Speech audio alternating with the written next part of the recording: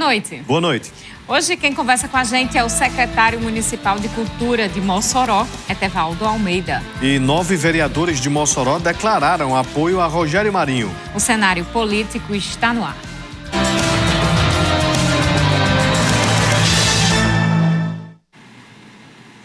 Começando o nosso programa nesta segunda-feira, a gente continua falando sobre cultura, especificamente Mossoró, cidade junina. Na última sexta-feira nós recebemos aqui o presidente do Conselho Municipal de Cultura, Américo Oliveira, e hoje a gente conversa com o outro lado, que é o secretário municipal, que vai conversar com a gente sobre os planos da prefeitura em relação ao evento e também explicar algumas das críticas recebidas por parte feitas pelos artistas. Então, se você quiser participar também, tirar sua dúvida sobre o evento, participe nas redes sociais Twitter, @CenaPolíticoTCM, WhatsApp 88028979 e o Instagram, @CenárioPolíticoTCM. Participe desse programa de hoje. Eu acho que tem muito assunto, então vamos acelerar nosso cenário de segunda. Boa noite, Vanúvio. Boa noite, Carol. Boa noite para você, minha amiga telespectadora. Boa noite para você, meu amigo telespectador. Estamos começando mais uma edição do Cenário Político TCM, ao vivo para toda Mossoró e todas as cidades que possuem os serviços da TCM. Lembrando que já agora, dia 30 deste mês de abril, a TCM chega lá em Pau dos Ferros. Então já vá avisando lá os familiares de Pau dos Ferros, você que nos assiste aqui em Mossoró, em todas essas cidades aqui do Oeste. Vamos lá para o Alto Oeste, vamos já lá para Pau dos Ferros e você pode também acompanhar o nosso trabalho, toda a programação de jornalismo e entretenimento aqui da TCM 10 HD e também da Rádio 95 FM, as rádios do grupo, né? Então, você de casa tem alguma dúvida sobre o assunto de hoje, mande a sua participação nesta que é a última segunda-feira do mês de abril. Então, já estamos na contagem regressiva praticamente aí para o Mossoró, cidade junina. Vamos falar aqui sobre assunto importante. As previsões sobre a inflação para os próximos meses não são positivas. Os preços vão continuar aumentando sem dar tréguas às famílias brasileiras. A inflação alta vem comprometendo o poder de compra do consumidor.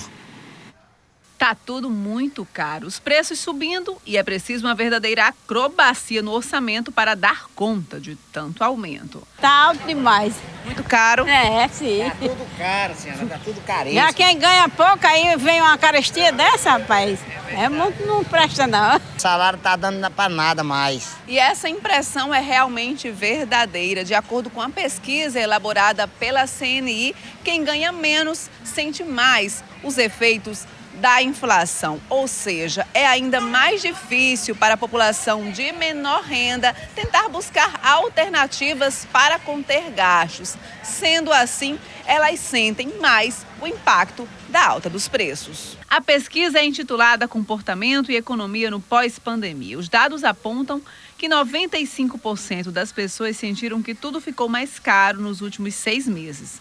O percentual é bem maior que os 73% registrados em novembro do ano passado. A ideia é de que ainda nesse ano 2022, a inflação ela tem uma previsão elevada.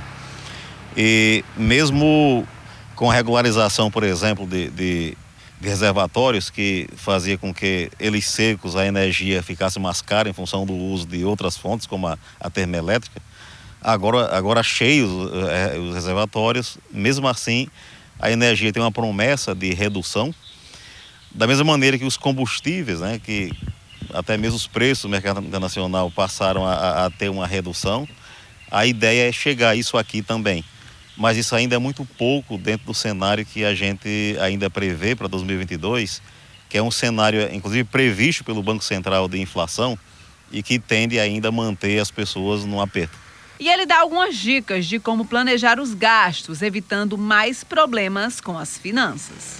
A própria pesquisa da CNI colocou que em torno de 70% das pessoas chegaram a dizer que foram afetadas diretamente por toda a crise, umas 20% menos, que geralmente as mais abastadas, as 71% foram justamente as mais pobres, as mais afetadas, e que tem pouco espaço de manobra no orçamento para realizar ajustes.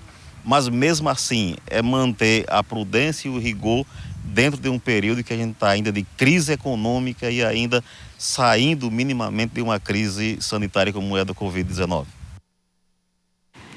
Pois é, respirar fundo, né, minha gente? Para ver se dá para aguentar. Porque até o fim do mês não dá para aguentar, não. Sempre termina bem antes do fim do mês, Vonúvio.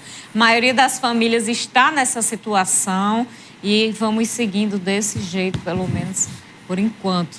É o que dizem, inclusive, os especialistas. Pois é, Carol, depois aí do período mais crítico da pandemia, existe uma expectativa muito boa, né, por todos, pela população, pelo poder público, por empresários, para que possa realmente acontecer o retorno ali da economia.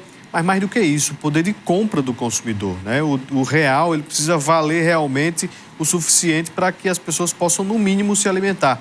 A gente torce que isso possa acontecer, mas como a gente viu ali, a coisa está difícil. Vamos agora falar sobre cultura em Mossoró, cidade junina. O secretário municipal de cultura, Etevaldo Almeida, está aqui com a gente. E já vou começar o programa com a pergunta que muita gente tem feito, muita gente tem se questionado. Secretário, boa noite. Qual é, afinal, o valor que a prefeitura vai investir no evento como um todo? Boa noite, Carol. Boa noite, Vonúvio. Boa noite a todos os telespectadores que nos acompanham neste momento.